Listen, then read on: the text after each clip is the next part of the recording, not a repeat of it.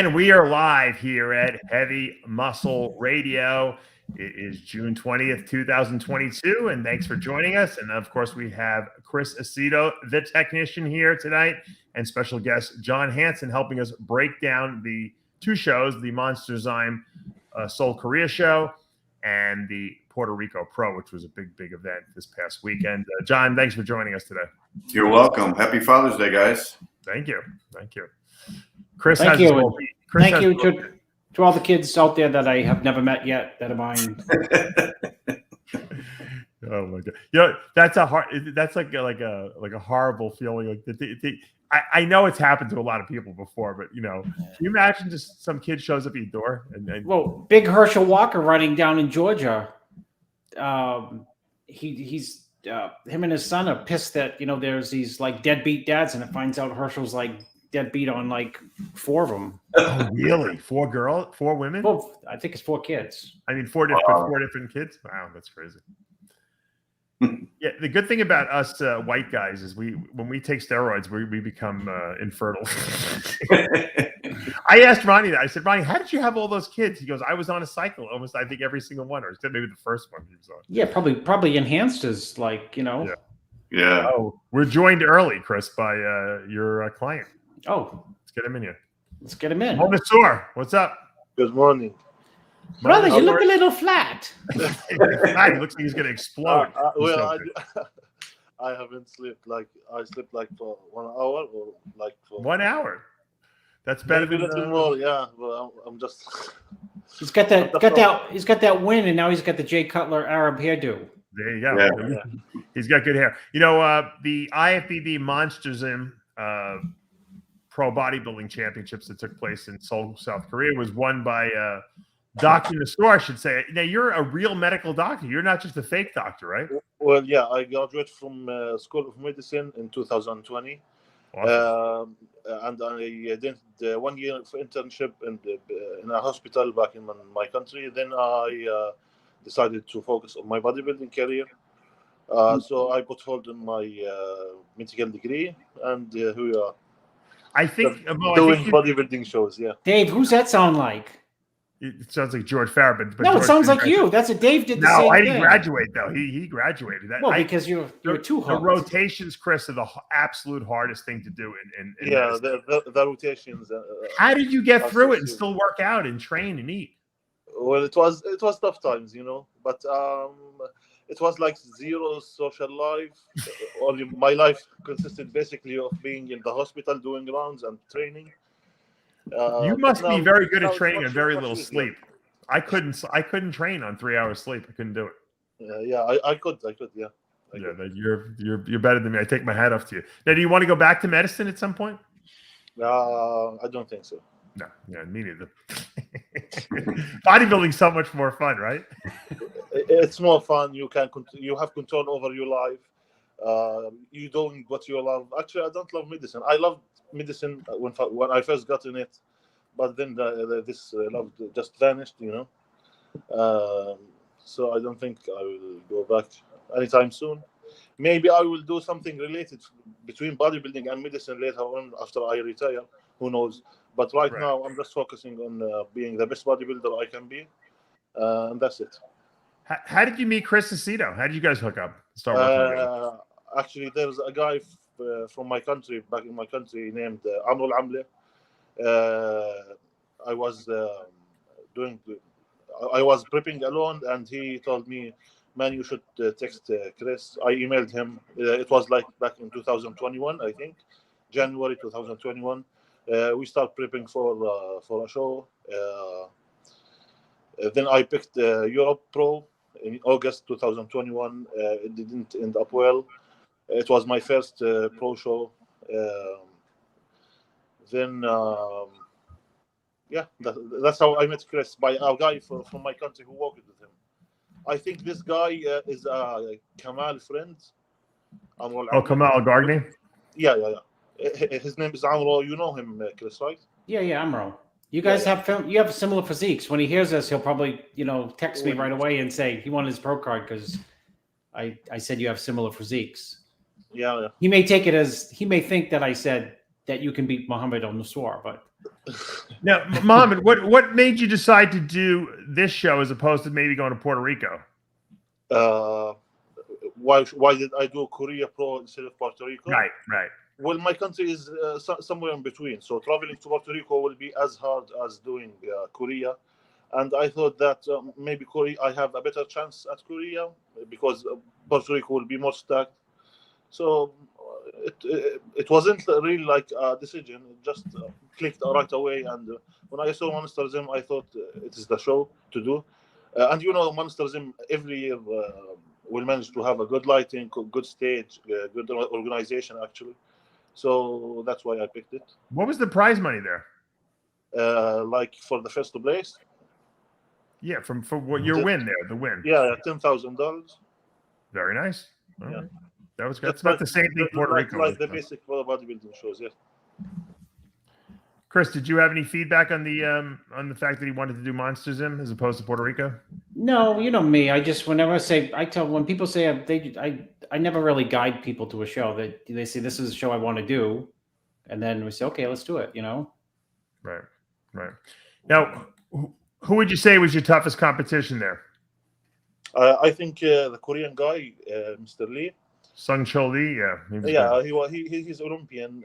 He's much older than me, like 20 years older than me. 20 years? Yeah, he's like 20 years older than me. I didn't realize that. I didn't realize he was that old. How old are you, Mo? I'm turning 26 in July. Oh, you're a baby. You're a baby. That's what Chris says, yeah. You're just getting started, man. That's great. I'm just getting started, yeah. And explain to our audience, when you got your pro card. What was the show you won for that? I won my pro card in Seoul Classic India in 2020. I was 23 years old. Great. Yeah. Chris, any questions for your client since you know him better? No, I did. Just I don't have a question. I have a comment. Is that what was I telling you, Mohammed, before the show? Actually, Chris told me 7 weeks when I actually text him and we start preparing for this one. He told me, I totally believe you can win. We can meet in Vegas. He told me you can come to my home and give me some poses and I will give you the plan. And I just followed the plan 100% without any mistake.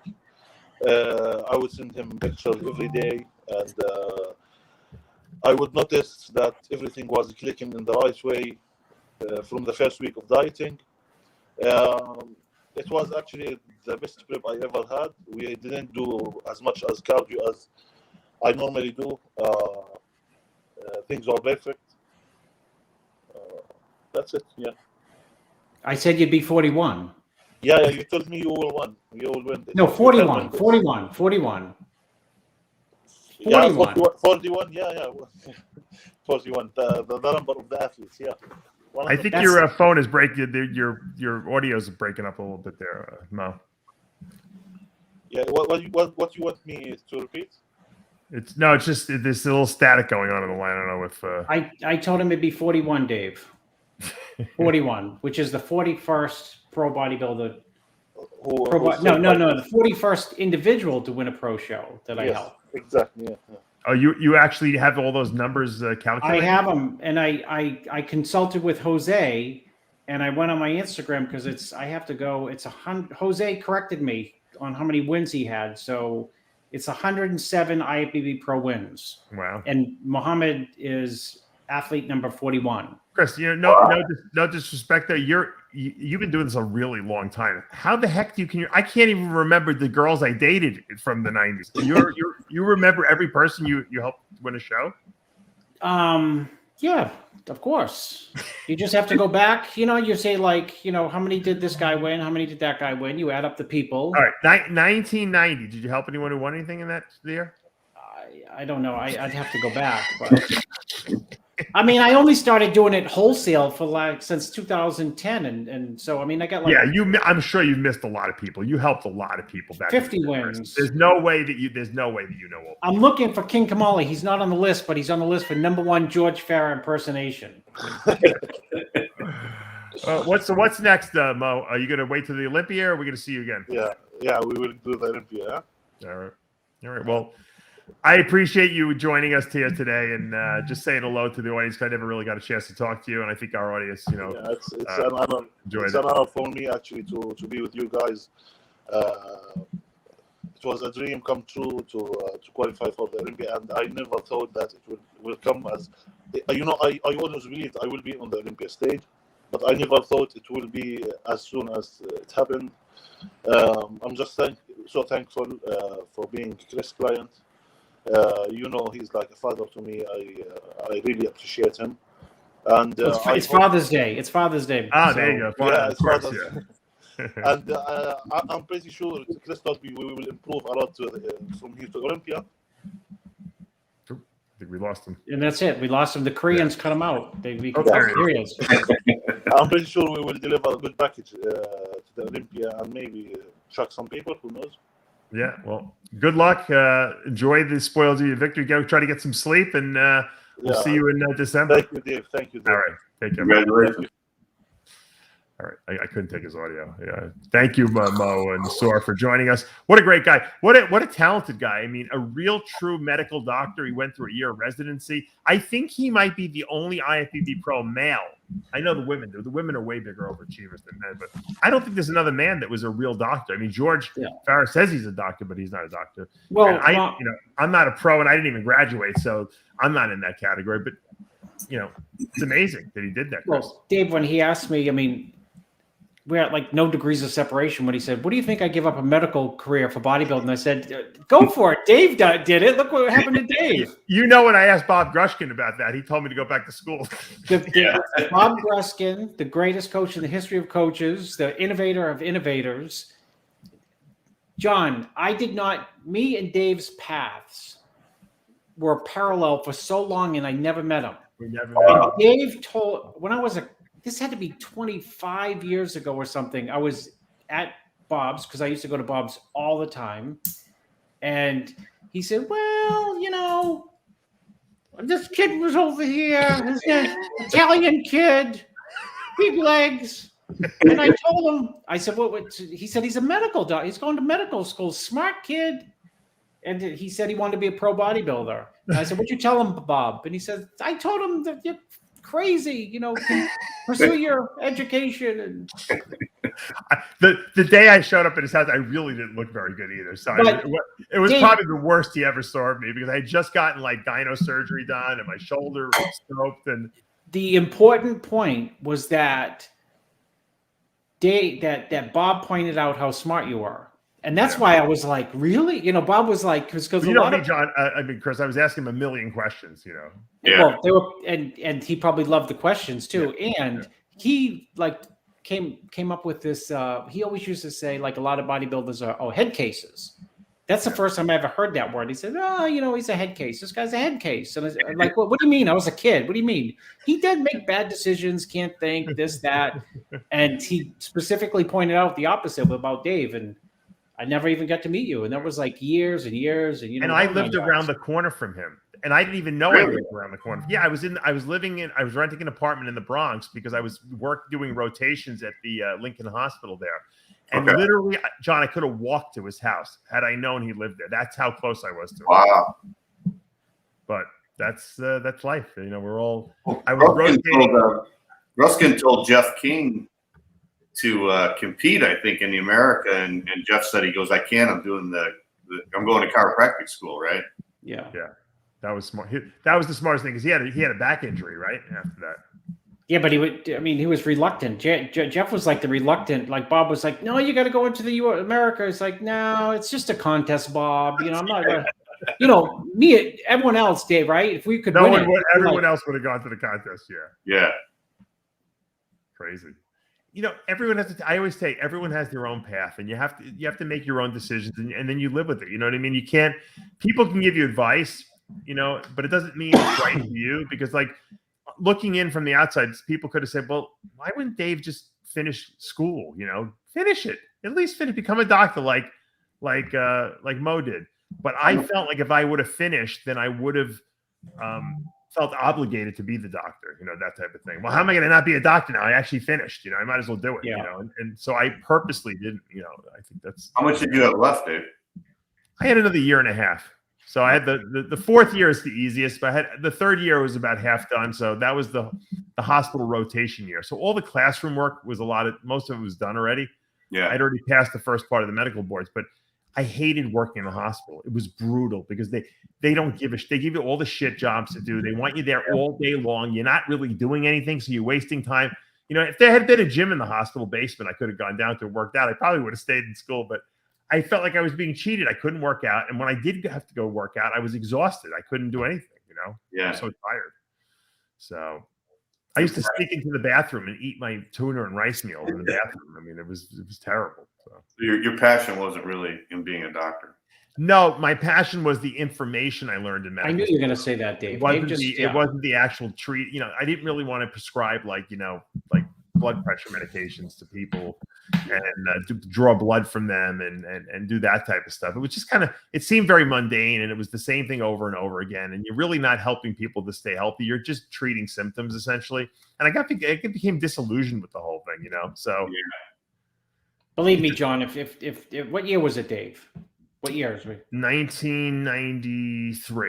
93, 92. 92. If there was like Google, then Dave would just be on that 22 hours a day, and just bodybuilding be like, it's the information. Yeah, I could have finished medical school right through Instagram probably at that point. Yeah, it was crazy. Yeah, you know, look, I said we all make our own decisions, and as long as as long as you don't regret your decisions. I think sometimes people don't give a like. I could have gone to bodybuilding and not given 100%, and then just been dilly-dallying around, and then I would have gotten yelled at from my father because I'm asking for money. I don't have any, but I gave it. It was like Dorian. I watched Dorian did a little video he put on Instagram. He said, with me, he said there was no plan B. There was only a plan A. So I couldn't fail. He said, because I had no other options. I actually had a plan B. I could have gone back to medical school, but that wasn't in my mind. That was never an option. So I was convinced that I was going to make good on making a living and getting a job, being a bodybuilder or in the industry. So I didn't really have a plan B either. Although I did have a fallback just in case I got seriously injured or something like that. I could have always gone back to school. But Dorian said there was no plan B at all. Yeah. So, wasn't he running the gym though at that time when he was training? I don't know. I mean, well, Dorian was like, not a student. He was a smart kid, but he was like, he was in juvenile homes and stuff like that, or he got in some kind of like trouble he got in. It was like a kid's jail or something like that he was in, and so he wasn't hanging out with good guys, and so he just bodybuilding saved him really. I mean, think about it. It saves a lot of people. Yeah. I think he had some kind of factory job when he won his first title. Oh, he did. I wasn't even aware of that. Yeah. That's John. When we do the Bodybuilding Hall of Fame, we're going to have the game show, the little studio where you can get to sit down with Dave and it's like a real game show. And they'll say, "What factory did Dorian Yates work at for $500?" You'll get fans. Chris, here's the good question: who in this list of the following three names are true medical doctor, a real medical doctor, certified medical doctor? Is it A, Dave Palumbo, B, George Farah, C, MOE NSOUR, or D, all the above? Dr. Phil. It's Mohamed NSOUR. That's right. So hopefully everyone watching knows that. All right, let's. I want to talk about the IFBB Puerto Rico Pro. Hassan Mostafa in the middle there pulls off the victory. Now, Chris, there was a lot. This was kind of a controversial decision in the sense that, finally we see Hassan Mostafa show up in the best shape of his life, but he looks seriously downsized. He doesn't look like the Hassan Mostafa we saw last year or the Hassan Mostafa we've been seeing on Instagram over the last couple of weeks. What's your evaluation here? Yeah, I mean, I think you summarized it. The surprise was, there's no surprise that, that he was in condition. I don't think he was in obviously the best condition in the show, but he was in, really good condition. But that's the way it goes, right? When you sometimes try to just bring it all the way in, you end up giving up, some wow factor. And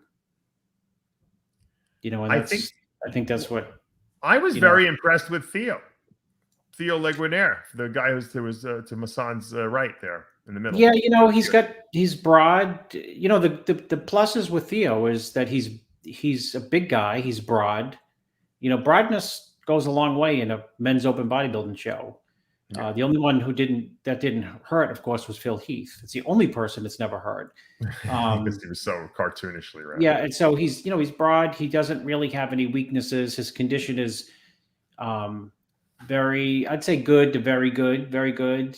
So when you don't have weaknesses and you're broad and your condition's very good, you're up there in the running for these shows. And I think it's funny because he started off in New York, and I think he was like just edging into the top 5. And then each show I think he's been second the last couple shows. He had a second place last week, John, right? In Cali, was it? Or what was Toronto, right? Where's he from? France. Oh, France. Okay. Yeah. I think he should keep going. He's got to probably have enough qualification points by now, I would figure. But why not try to win a show? The guy is right there, knocking on the door. Yeah, his conditioning was excellent, and he's getting better from show to show still. So. Yeah, that's the most people are going to get worse. Yeah. I mean, it's probably 9 out of 10. In other words, the only time you usually get better is if you do and that's not everyone, is you do a show this Saturday and you're like, oh, I was holding a little water, and people say, no, you were fat, and you fight with them and say it's water, and then you drag it down for one more week, and you're like, oh, I nailed it. And then you try to do it again, and you're just too tired for anything to really happen. So it's usually 3 or 4 shows, you just get worse. And I think this is his 4th, and this is his, he's gotten better with every show, which is amazing. Yeah. Amazing. My son tried to try that last year, and his body burned out. Yeah, he did shows last year. We'll talk about his comparison from last year to this year in a second, but let's talk about your client, Chris, Jonas Giatris, who was 3rd place. Here's a good shot of him and Hassan right there. I mean, he probably was harder than Hassan, but I thought he was the hardest guy in the lineup. Maybe not as complete. I don't know. See the leg separation. Well, he's not as he doesn't have a power physique, but he also has width. Fantastic front double. Just condition. Helped them carry it. First pro show, couldn't even win the nationals at the. He won the nationals, his class. Right. Didn't win the overall. That's a good shot for thickness for Hassan, and you can see that Jonas is in really good shape. Hassan probably looked more impressive in person, and I think that's why a lot of people are critiquing him harshly, because he's got a lot of sometimes you can't see how hard people are unless you're standing there in that first row. Obviously his tan is not as good as Jonas's either, but I mean, he's got the DeMeo legs. I mean, that's the calling card. I think he had this win cinched because these judges were looking for him to show up in shape. I mean, all last year, right? And he finally delivers. He's got some sick shots. Those side shots are really, really deadly. Obviously, his muscle shots are tough. His back, he's got glutes and hamstrings, which he never had. I think it was a matter of everyone wanted to see him arrive, and I think he arrived here. Could he have been a little fuller? Yeah. I mean, would you like to have seen him about 4 or 5 pounds bigger, Chris? You want to see everyone bigger, but I mean, fuller. I'm talking. Yeah, I mean, you have to play it. Did he over diet for this? That's my question. Yes, but he had to probably, because if he was 3 pounds heavier, then who knows? You know what I mean? Because if you, who knows if you're on the judging panel, if you're 3 pounds heavier, they might say, well, we're expecting more condition. You know what I mean? So he had to do what he had to do, which is, hit the diet as hard as possible, likely, to bring in a condition that was, able to display, something that was a lot different than last year. Look at this. Look at this picture this was on his Instagram a couple posts ago. I mean, he looks like he's 20 pounds bigger in this picture. And this was he looks about 400 there. Yeah. I mean, this is not that long ago, this post. It was, I don't even know what it was from. It was from June 2nd. So this is 2 weeks ago. Really? Yeah. That was June 2nd? Holy shit. I see George Farrow wrote something in Arabic there. Well, you can translate it. Probably says, brother, I start speech for you. Victory speech like blessing. George actually wished me a happy Father's Day today. So Yeah, he wished me happy. Thank you. I wished him a happy Father's Day back. Yeah, but yeah, I mean, see, you would think that the guy might have over dieted. I mean, looking at this picture, right? Yeah, absolutely. And is that, Chris, because he was so afraid that, you know, the criticism over the last year was that he wasn't hard? Yeah, I mean, he was crucified last year for condition, and you know, rightfully so, because you want to see like people reach their absolute peak, right? And you know, so that creates a lot of two things. It creates pressure externally, but it creates, you know, just a strong desire internally. And you know, I know Hassan. I'm sure he was probably, you know, you could tell him at this point, I'm sure, you know, you can't eat from that June 2nd. You know what I mean? Picture with the big giant front delt bicep till today, and he would probably just, you know, make that decision in his head. Okay, no food, literally. You know what I mean? So, I mean, we've all been, you've been there, Dave, as a competitor where you've just, well, you did it, right? I mean, we talked about shows where you did it, where you just said like, you know, I'm just going to get peeled out of my mind. I'm just going to get peeled. And what happens? You end up, you know, hard, but not, it's a different type of hardness. It doesn't have that like pushed out. May 26th, Chris, this was this, and you wrote, I see a comment. You said that looks unstoppable in the comments. Yeah. So, you know, the show day, it was stoppable. So he's basically, he over dieted. I mean, because he looks enormous here. I mean, this is it looks crazy. Like 300 there. Well, he doesn't weigh 300, but he looks 300. Yeah, that's a good sign then, if that's how big he was a couple of weeks ago, because that means if he times it right next time, he can be ripped and fill out, and then he'll look really good. You know, Nasser told me that when and Dorian told me the same thing actually. When they won when Nasser went to the night champions that first year, he had severely over dieted, and you know, when he came back the following year and won. Yeah, you know, he looked like everyone's like, oh, he gained 30 pounds of muscle, you know, and I'm sure Milos, you know, said it was the insulin protocol, but he really just didn't over diet for that show, and he ate more, and he just filled out. You know, same thing with, you know, Dorian said he over dieted in 92 when did he lose to Haney? 91? 91, yeah. He said he over dieted. He said he could have come in way bigger. Even 92, he said he could have been a lot bigger. It wasn't that he gained 30 pounds. He just over dieted for those shows. John, let's take a pause. Look at the amount of unbelievable Egyptian bodybuilders. Hassan, Shaban, who won last week. Shaban, yeah. Ramy, right. Nasser, Mohammed Makawi. Yeah. Good genetics in that region. Who's the guy, the short guy who was like a 212 guy? Momo Benaziza. Oh, yeah. Was he Egyptian? I think he was Egyptian. Oh, was he? Yeah, okay. Now, Chris, MOE NSOUR, who won at the MONSTERZYM show, he was Jordanian. So the question is, who is better? If they would have gone head-to-head, MOE NSOUR, and I know you're a little biased because you're working with him, but be honest, MOE NSOUR versus Hassan Mostafa, how he looked on stage here in Puerto Rico, who would have won? You'd have to put a picture up in comparison. Let me see. All right, hold on. I think you sent me a picture, but I don't really think this is a good picture, but I'm going to put it up anyway just because you sent it to me, because someone posted it somewhere. Hold on. Let's see if I can find this thing. Of course, I'm not gonna be able to find it now. Come on, where is this thing? Here's the Winter Park. See, I read him. Winter Park retard says Aceto is such a pale clown. I had the retard in there. Winter Park CO. Who wins that shot? I'm not comparing by any way, you know, Muhammad to Hadi Chupin, not even, but the level of density that he has at a young age is amazing, right? Yeah, legs are really good. Well, how old is Hassan? Hassan's young too, right? He's Hassan's very young, 20s. Yeah, Hassan's a baby. Sure.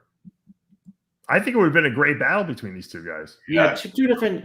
You know what? And that's what, you know, they probably would have, you know, if you look from behind how crazy hard Muhammad was. Right.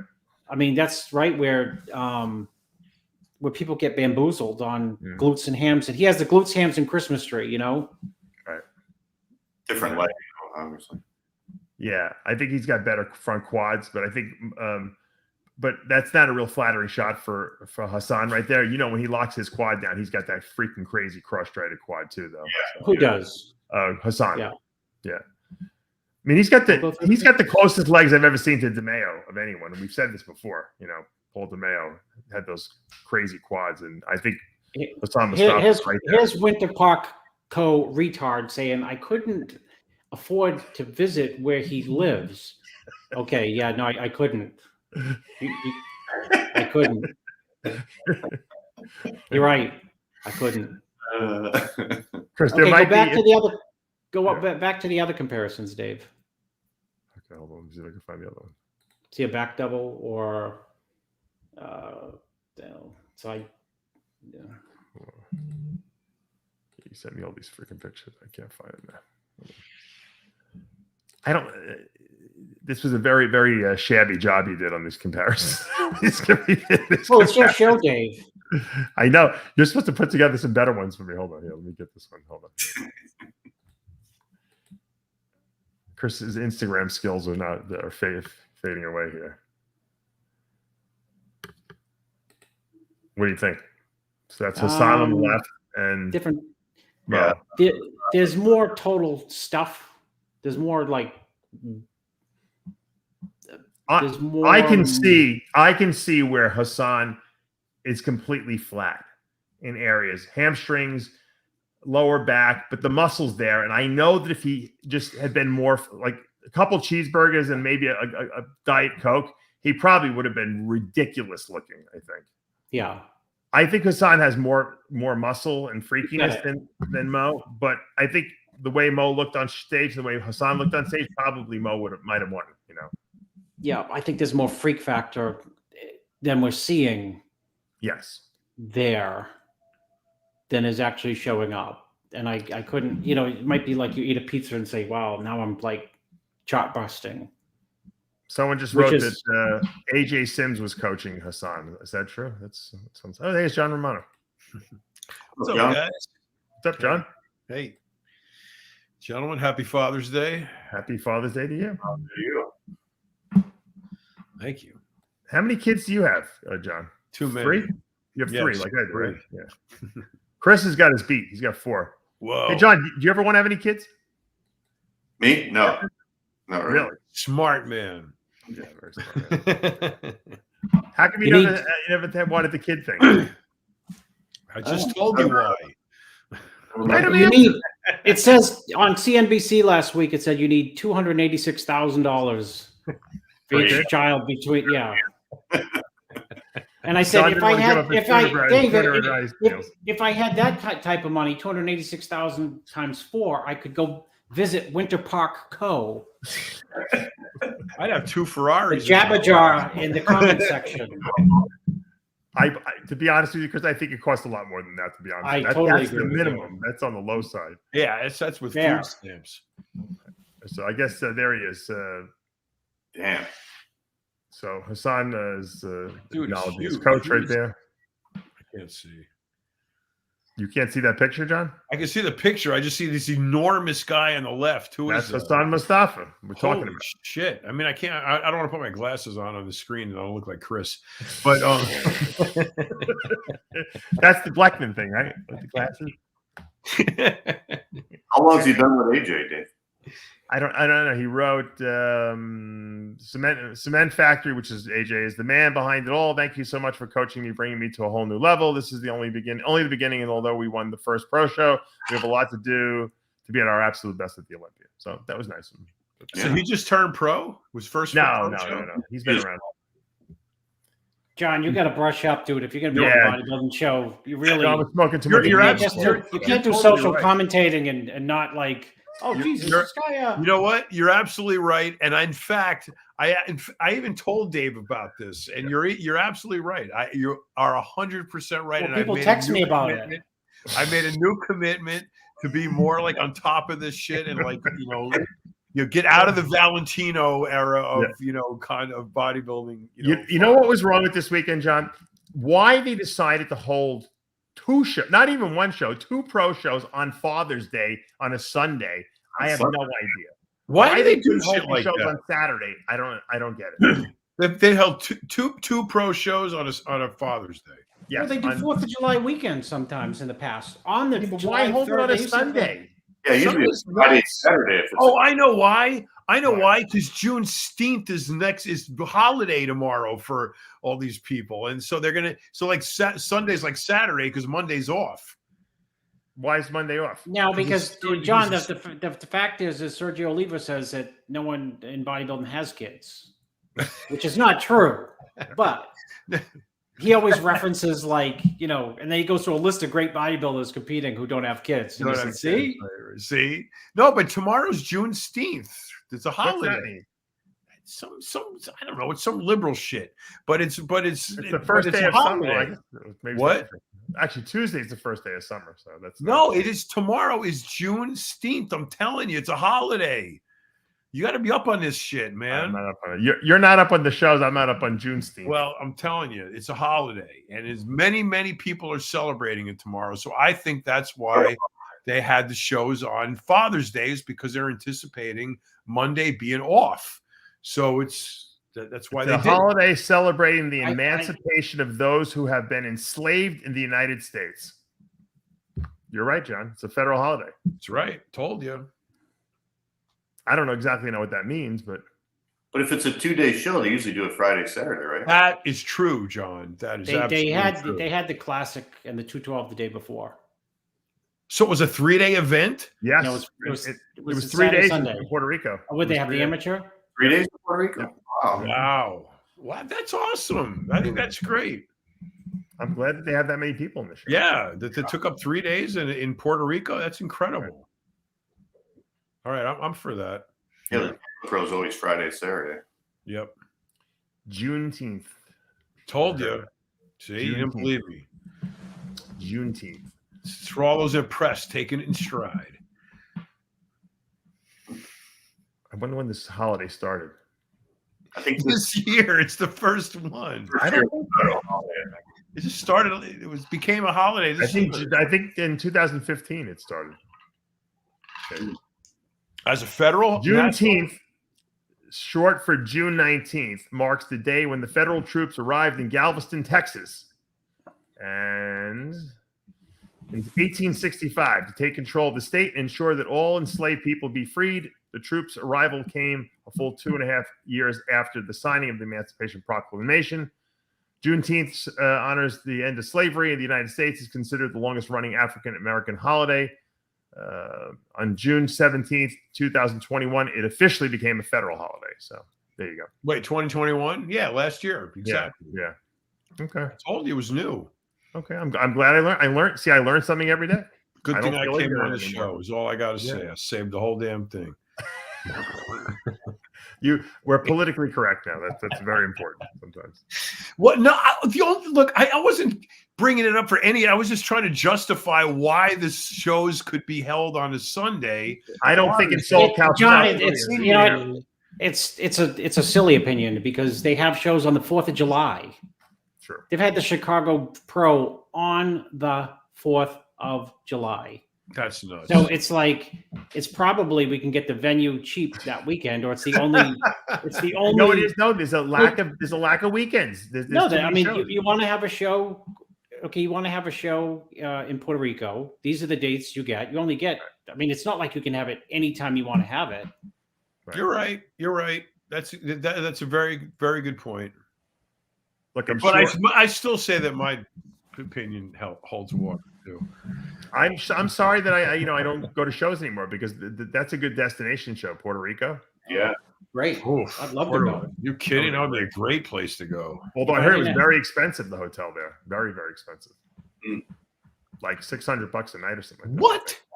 Wow. I don't know if every night was that night, but I know that my client, she was in the show and she was going to stay for 6 days and it was going to cost her $3,600. She's like, forget that. She had to stay in another hotel. It's like money has like no value anymore. It's like it's play money. It's like you can. How much is that shirt? $900. Okay, no problem here. John, you can book the rooms because Puerto Rico is the Bitcoin capital of the United States, or Bitcoin.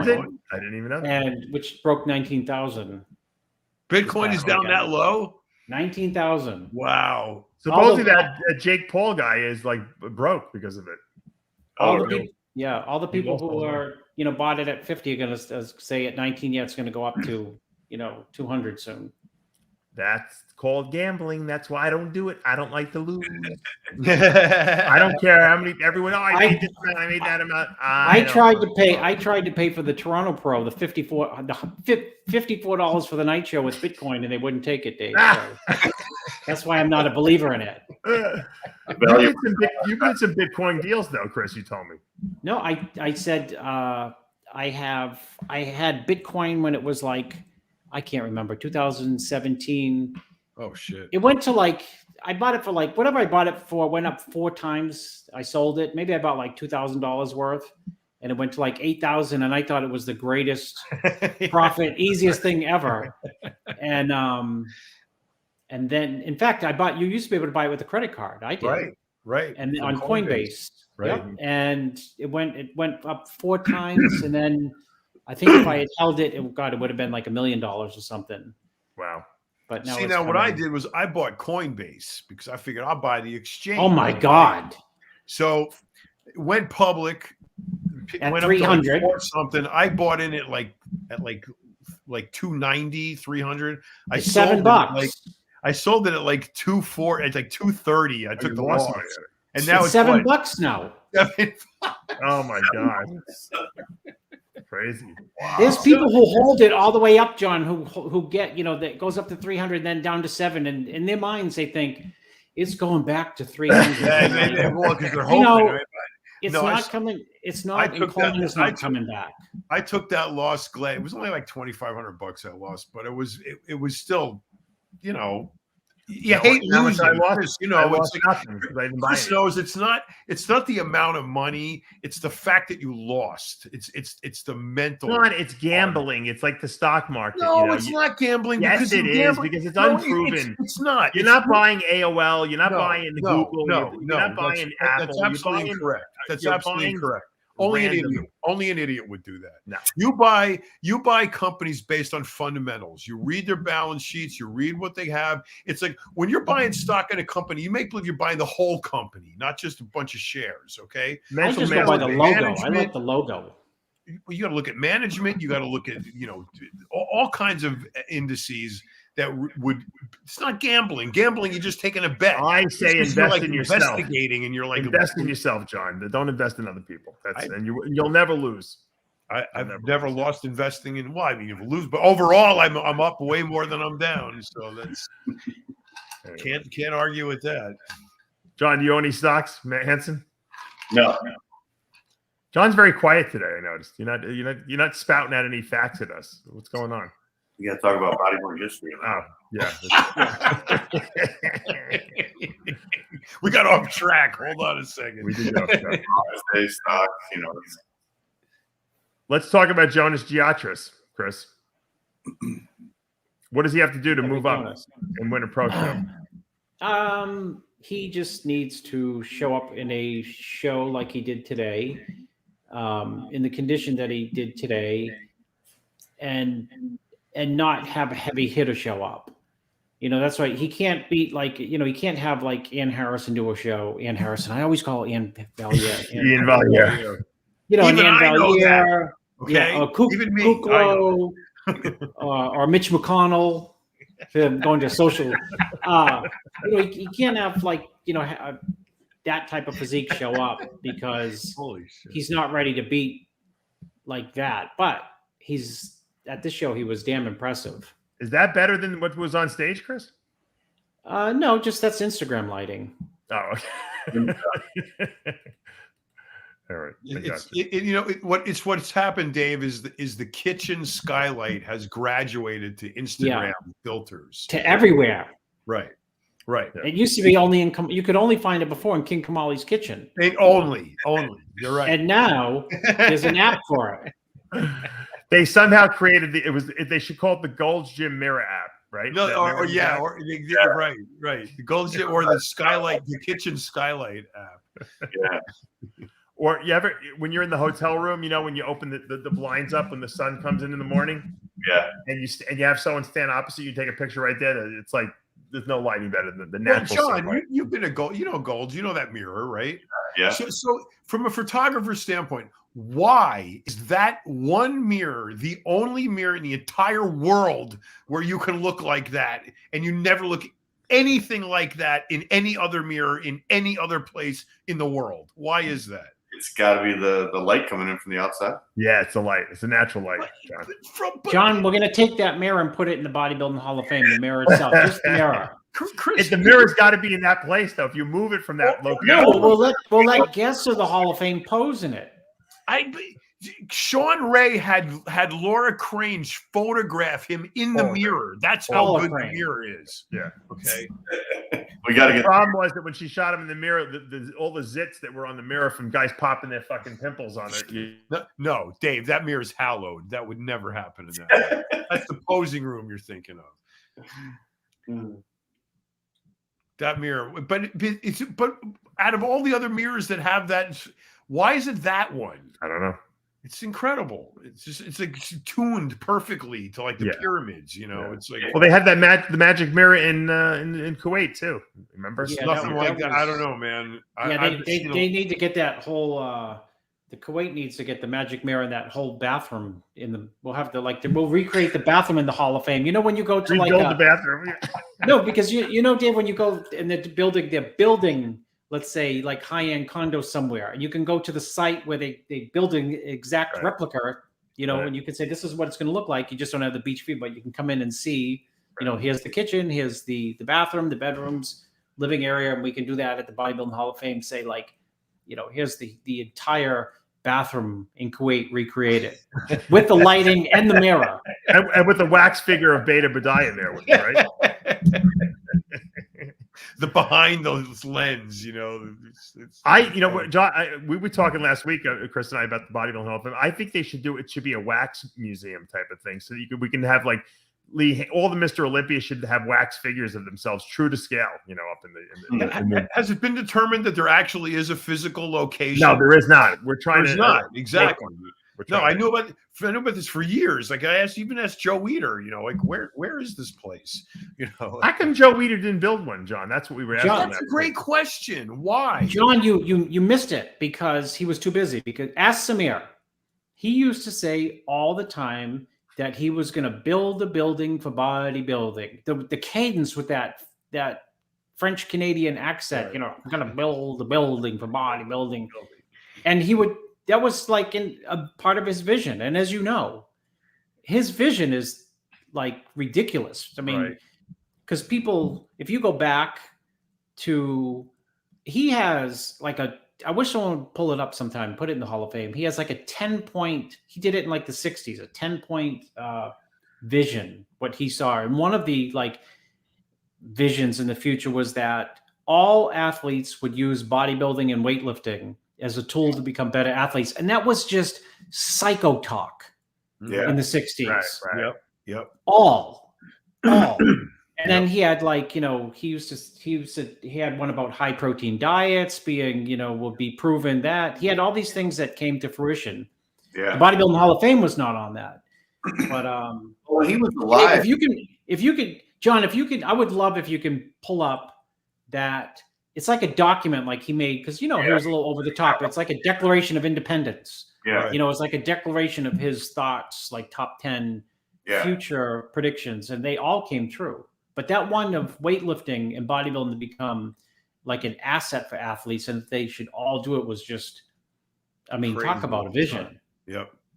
Well, even when Joe was alive, though, he used to always say, like, this guy's a Hall of Fame bodybuilder, but they never had a Hall of Fame. Yeah. Like say this Kevin Levroni's a Hall of Fame bodybuilder, and they never because he thought in his mind, look, he had the office that rivaled, you know, who's the head of the NFL right now? He lives near me, even though the guy from even though the guy from Winter Park thinks I live in a Section 8 housing.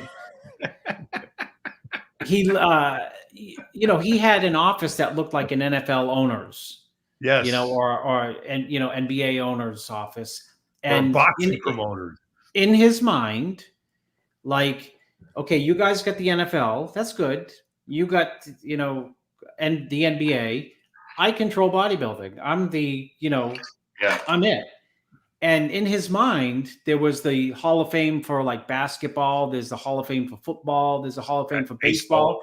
It used to bother him that there was no Hall of Fame for bodybuilding, but just the time commitment and the idea, years go by and, he was thinking of this when he's 50 and then he's 60, then 70, and then, Yeah. Well, remember you used to have the Weider Institute. What was it called? The Weider Research Clinic. The Weider Research Clinic. There was no clinic. There was no clinic yet. There was Joe would put on like a physician's white coat.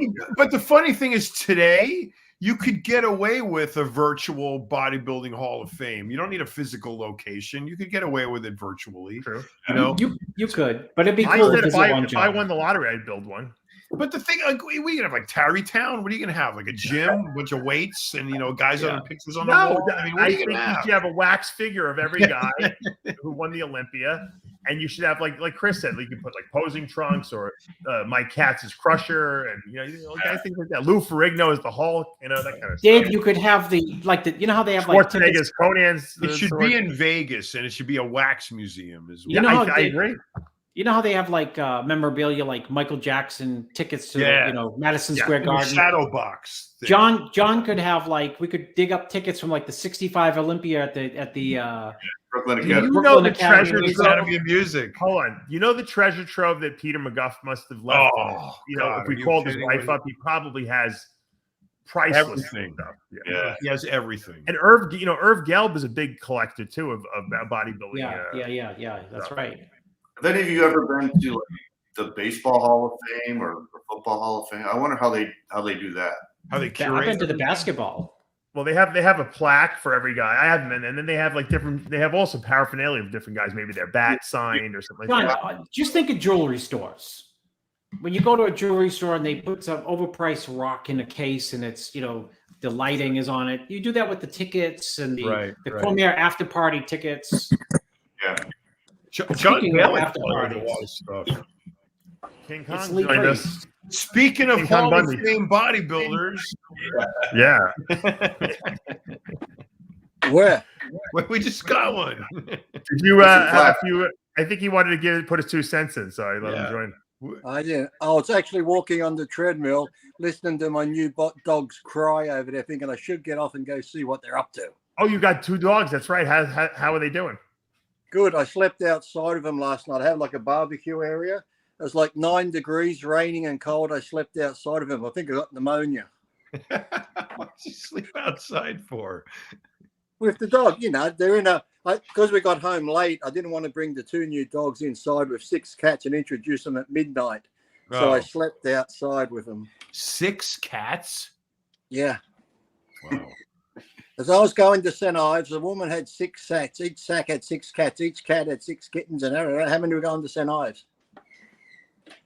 Wow. Too many. Just me, because I was passing them. They were going the other way.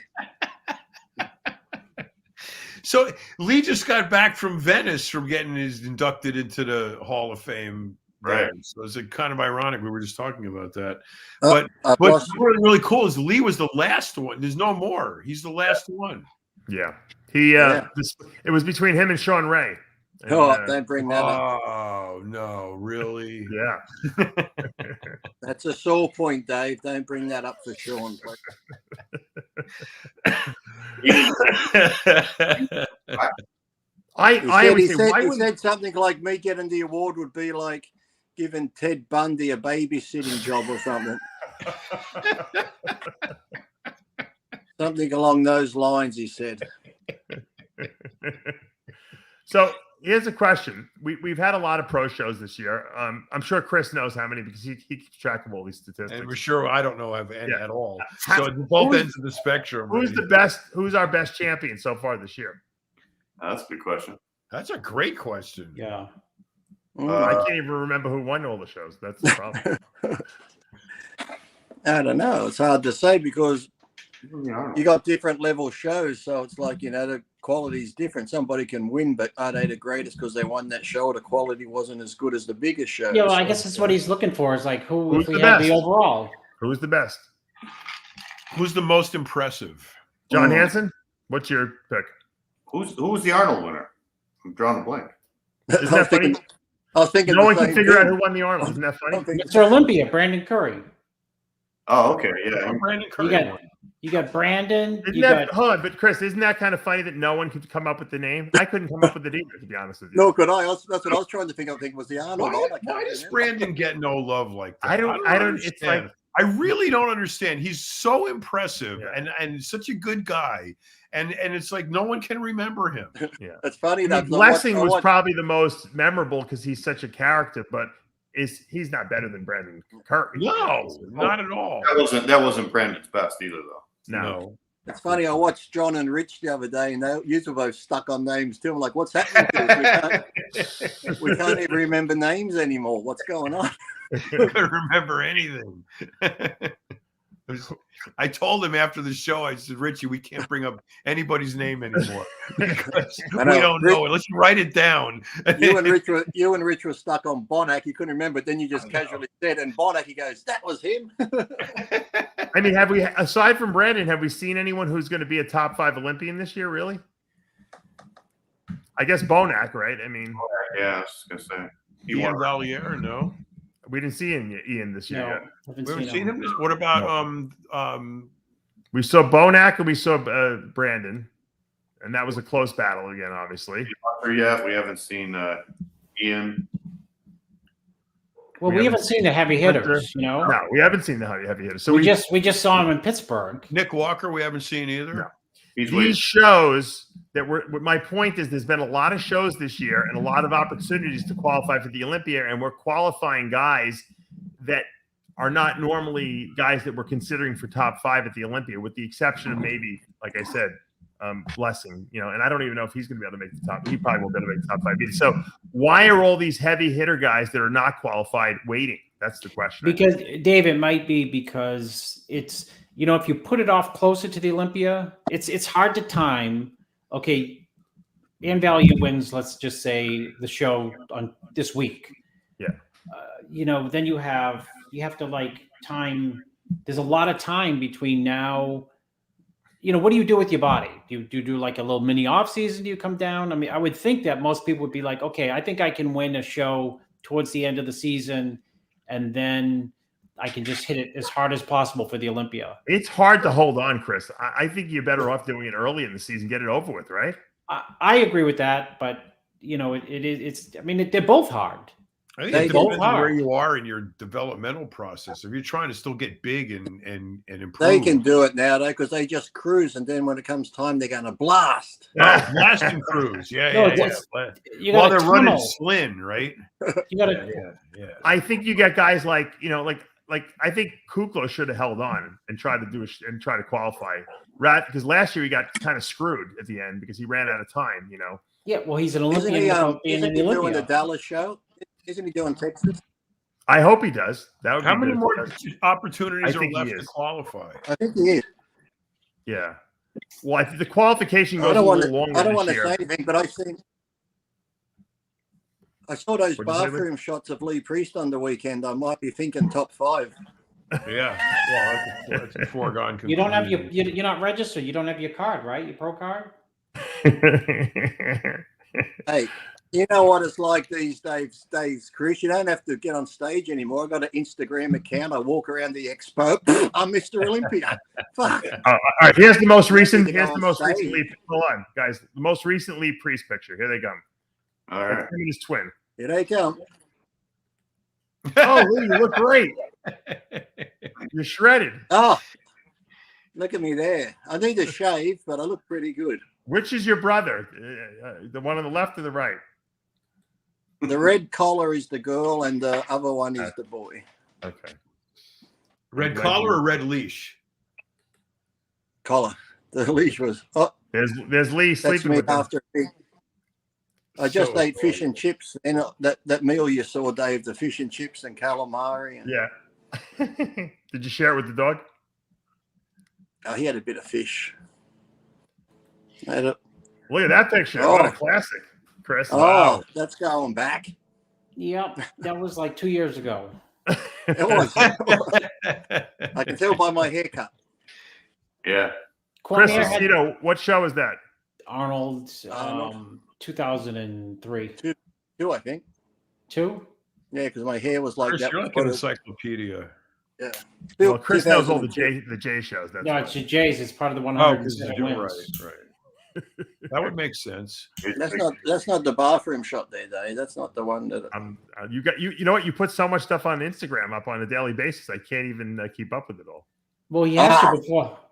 Oh, look at that! I'm already tanned up. But that's what that is. How did you lose your tan so fast? You had a tan last week. I peeled off because I got sunburned, Dave.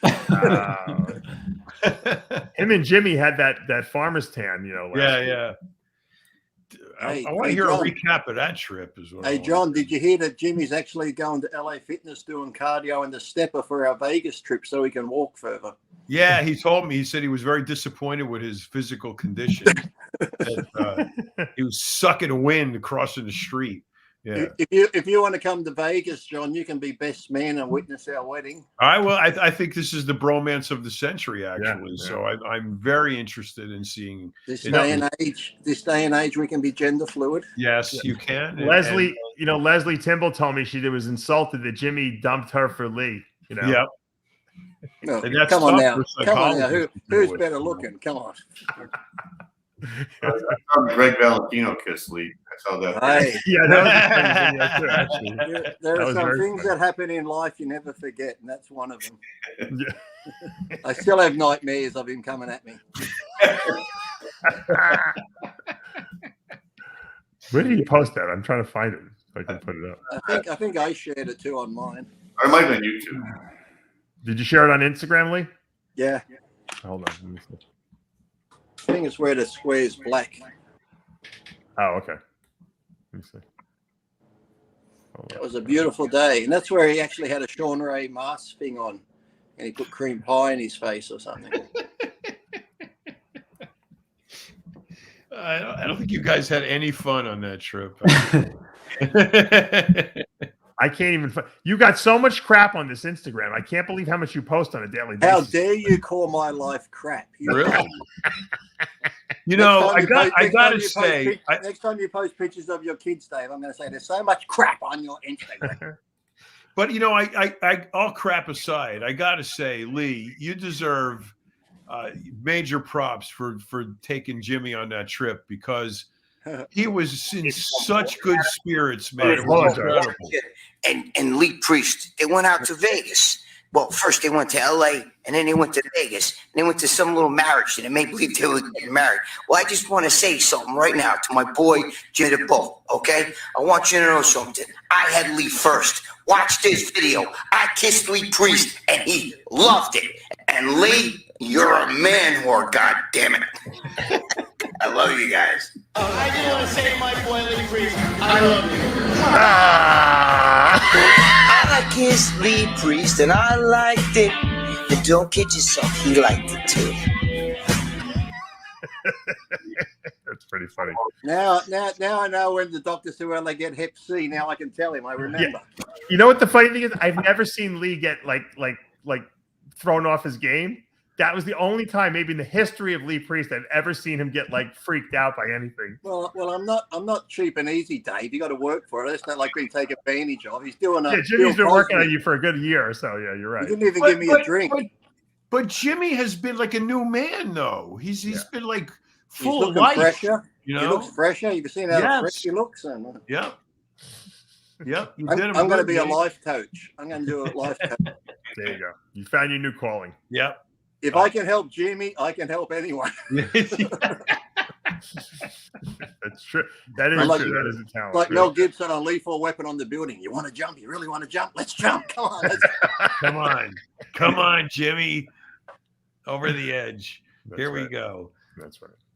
Well, I want to thank everyone for tuning in live as they always do. Congratulations to MOE NSOUR for winning the MONSTERZYM IFBB Pro show in Seoul, South Korea over there. And then, of course, Hassan Mostafa for winning the IFBB Puerto Rico Pro. Both men will be going to the Olympia. So we'll see Jordan versus Egypt actually, like Chris, you mentioned earlier, we have Mo Shaban also from Egypt going to be in that But Olympia, and then Big Ramy too. So we have three Egyptians. There you have Mustafa. You say top 5. Now, if he ever just comes in super shredded, they're going to be a top 5 guy. So, well, we were showing, he was 3 weeks ago. He looked like Big Ramy, and so I think he just overdieted a little bit. But we'll have to see what he brings to the stage come the end of the year. We got a lot more shows over the next couple of weeks, and we'll be covering them here as always, guys.